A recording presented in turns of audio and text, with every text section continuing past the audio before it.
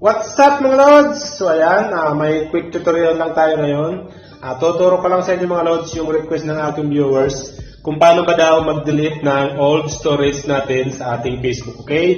So gusto natin burahin yung mga lumang stories natin mga Lods.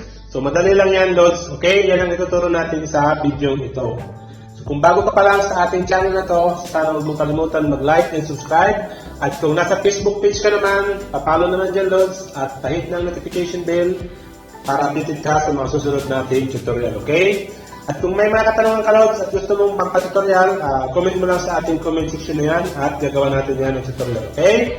So katulad dito mga Lods, ayan, ito yung mga old stories ko.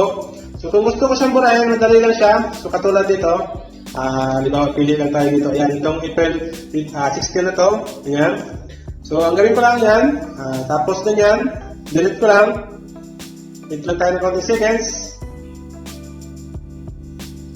So, ayan mga Lods, okay? So, medyo may na kasi signal ko. So, na-delete ko na siya, Lods, okay? So, yan ang ituro ko sa video nito, okay? So, balik lang ako sa aking pinaka-homepage ng aking device para makita nyo kung saan talaga ako pupunta. So, pag andito na tayo sa ating pinaka-homepage ng Facebook, punta lang tayo sa ating messenger, okay? Open natin yung messenger natin. Tapos, dito Lods sa ating messenger, punta lang tayo dito sa stories. Yan, click natin itong stories na to. Yan. Tapos, Lods, pagdating natin dito sa stories, punta tayo dito sa your stories. Okay, click natin itong your stories. Tapos, punta tayo dito Lods sa tatlong dot na yan. Okay, click natin yung tatlong dot na yan. Tapos, dito Lods, ito yung latest stories nyo. Okay, kung gusto nyo siyang i-save sa inyong folder o gallery, click mo lang itong save na yan.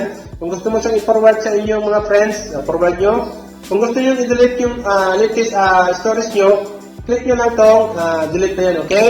So kung gusto nyo pumunta at makita yung mga old stories nyo, punta lang kayo dito sa stories setting. Okay, yan. Click nyo itong stories setting. Tapos, lalabas to Lods, ito, yung mga option dito, who can see your stories. Kung gusto nyo mag-stories na friends lang na nakakita, ito naman meron din custom, okay? So, yung mga friends mong minute mo yung stories, makikita nyo rin dito. Ayan, sa stories you muted.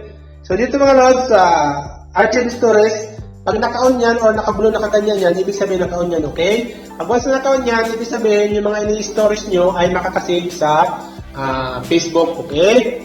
So, kung gusto nyo, kung ayaw nyo makasave, i-click nyo lang yan, i-off nyo yan, okay? So dito, kung gusto nyo makita yung mga old stories nyo, punta lang kayo dito sa View Stories Archive. Yan.